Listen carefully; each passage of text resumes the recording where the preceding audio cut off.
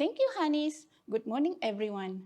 I have the honor of introducing our next speaker who recently been conferred with Darjah Parlimen Sentia Mahkota Yang Berbahagia Tan Sri Nazir Razak for his special address entitled Towards a National Reset. Born in 1966, Tan Sri Nazir, who will be celebrating his 55th birthday tomorrow, is also the founding partner and chairman of Ikhlas Capital. Happy birthday, Tan Sri.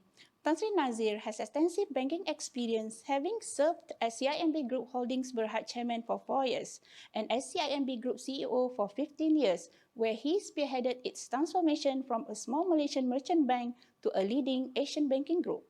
Tan Sri Nazir was also instrumental in setting up the CIMB Foundation in 2007. Tan Sri Nazir broached the subject about a better Malaysia a few years back in October 2015 at one of the Khazanah's public forums. Since then, Tan Sri continued researching about the subject, including spending a year in Oxford, also gathered thoughts from prominent political leaders, youth leaders, intellectual and business leaders in Malaysia on the same topic. Tan Sri Nazir recently launched his debut book titled What's in a Name? I believe the book and its idea have been brewing in Tan Sri's mind for quite some time, and he finally able to pen it upon his retirement. It's a book of reflections about what he witnessed, the key events that defined him and his life, and also his ideas on the way forward for our nation. I would advise everybody to get a copy of this revealing memoir. With Malaysia moving to achieve its herd immunity and entering into endemic phase, many believe that the sensible next step is to refresh the country. And to quote Tan Sri once mentioned, what we need is a national reset, a holistic overhaul of our democracy, institutions, and socio-economy, where I couldn't agree more. Let's hear more from the man himself about this topic, and please join me in welcoming Yang Berbahagia Tan Sri Nazir Razak. Over to you, Tan Sri.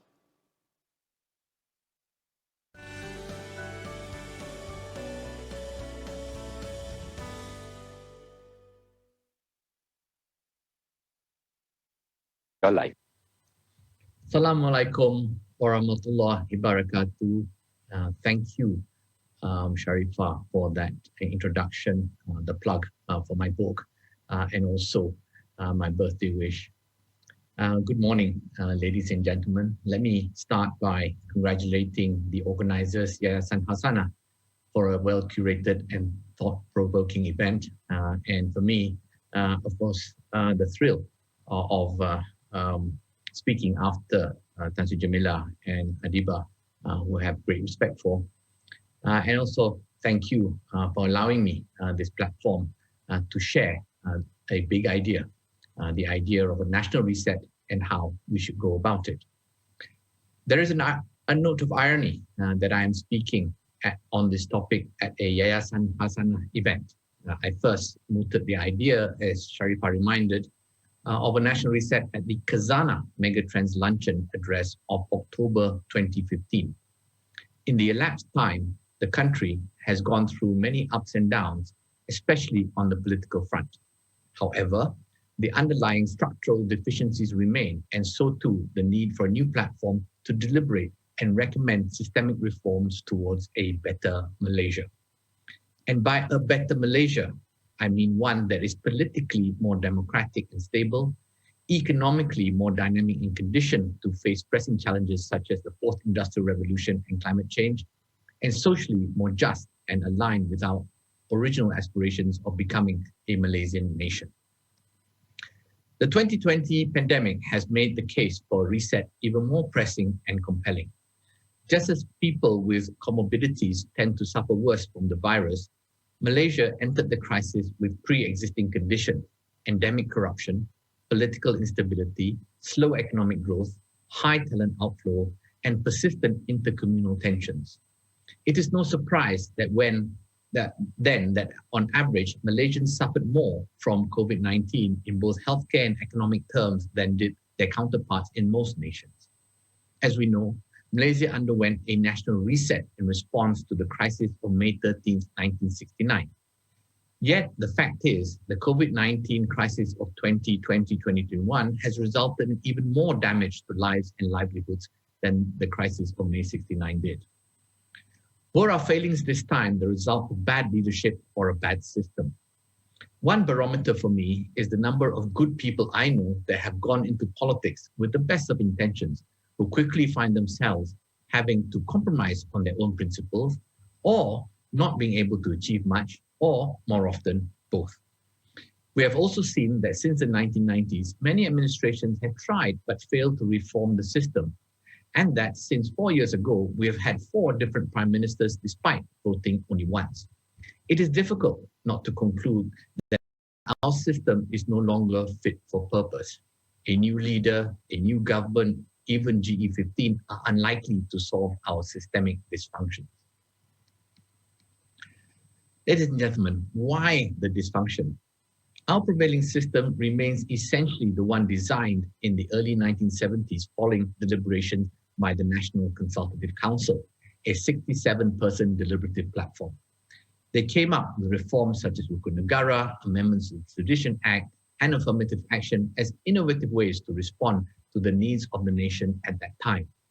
But these reforms were not designed to last indefinitely, and in the case of the new economic policy, a 20-year term limit was set. This national reset took place over 50 years ago, and even though so much has changed for Malaysia and Malaysians, the system remains substantially in place. In its early years, the new system was largely successful, bringing much needed political stability, accelerating economic growth, reducing poverty, and rebalancing wealth between communities. But the system also had negative side effects, namely heightened corruption, the hardening of identity politics, and concentration of power, which grew in prominence as the system was prolonged. These negative side effects feed on each other and are at the heart of Malaysia's systemic dysfunctions today. Furthermore, the system grew resistant to reforms. The Abdullah Badawi, Najib, and second Mahathir administrations all began with promises of substantial reforms, but failed to achieve material change. In many instances, piecemeal reform proposals were quickly given racial or religious overtones by vested interests and effectively resisted. It has been widely observed that the evolution of democracy is particularly challenging in plural societies in which identity, more than anything else, determines political allegiances. And for Malaysia, identity, of course, is especially potent as it is very much linked to race and religion. For these societies, progressive reforms are often hampered by debates over which community benefits and which one loses. In recent years, even in developed countries, we are witnessing increasing frustration with representative democracy for failing to address major structural issues, mainly because parliamentarians tend to prioritize the short-term interests of political parties and their own re-election. There has concomitantly been a global trend of democratic innovation, most notably of establishing deliberative platforms to deal with complex long-term structural issues unsuited for parliaments. In a recent survey, the Organization for Economic Cooperation and Development found 289 such platforms across the world, the Irish Citizens' Assembly being the most popular case study. These work in tandem with established institutions and existing democratic processes.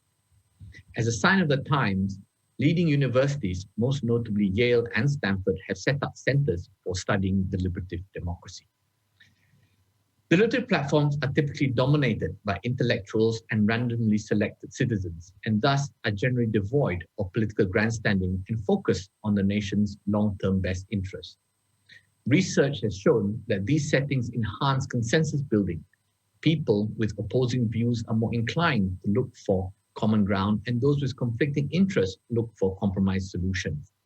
In the Malaysian context, we are more likely to find solutions to contentious issues such as the future of affirmative action and vernacular schools when these issues are discussed outside the arena of partisan politics and are considered together rather than isolation. Indeed, this approach enabled us to successfully rebuild this nation after the May 1969 crisis. Malaysia was a trailblazer in deliberative platforms. We can revisit the lessons from our own past in order to find a path to a better future. It is certainly encouraging that our politicians across the aisle have recently agreed to a MOU, or the Memorandum of Understanding on Political Stability and Transformation, to bring near-term political certainty and democratic reforms. Nevertheless, the scale of our systemic problems requires far more wide-reaching reforms that are unlikely to come from our existing political processes. Indeed, the reforms listed in the MOU will not address the major root cause of our systemic problems. For instance, endemic corruption is derived from political funding and the nexus between business, politicians, political parties, and an economically active state.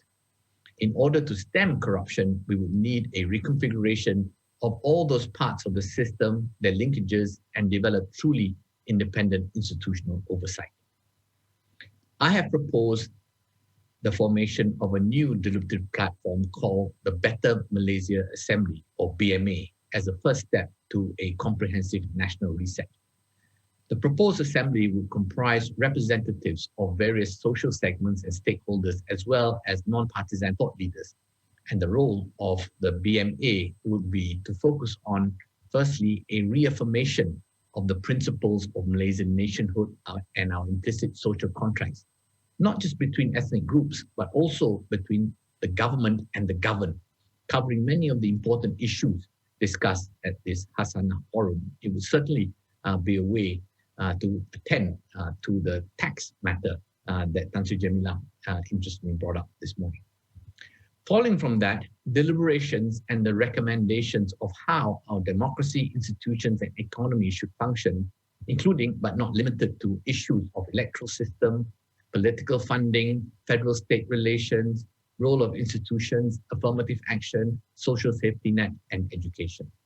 And finally, the BMA should identify the specific policy and legislative changes required to put Malaysia on the path of a national reset.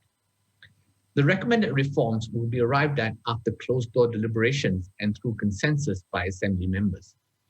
The Assembly will also seek to leverage on technology to engage the public in unprecedented ways in order to enhance the quality of its deliberations and sense of national inclusivity.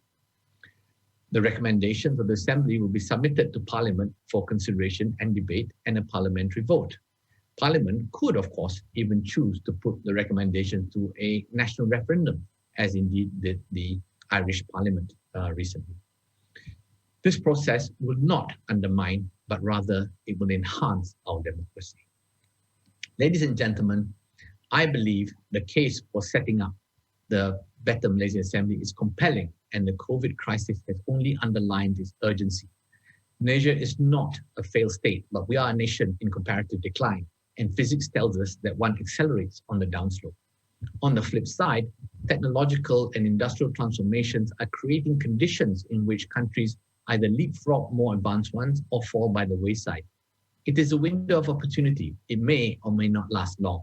Success belongs to nations which seize the initiative, first and foremost by ensuring domestic socio-political strength and economic dynamism. In my humble opinion, Malaysia cannot hope for success without a national reset. Such is my conviction on this issue that the topic of a national reset, somewhat unusually, is a big part of my memoirs entitled What's in a Name. And a few weeks ago, on behalf of a diverse group of 55 Malaysians well known in their respective fields, 7 of whom are coincidentally speakers at this Hasanah Forum, I wrote to His Majesty Yang di-Pertuan Agong to seek the support of the Conference of Rulers for the idea of a Better Malaysia Assembly.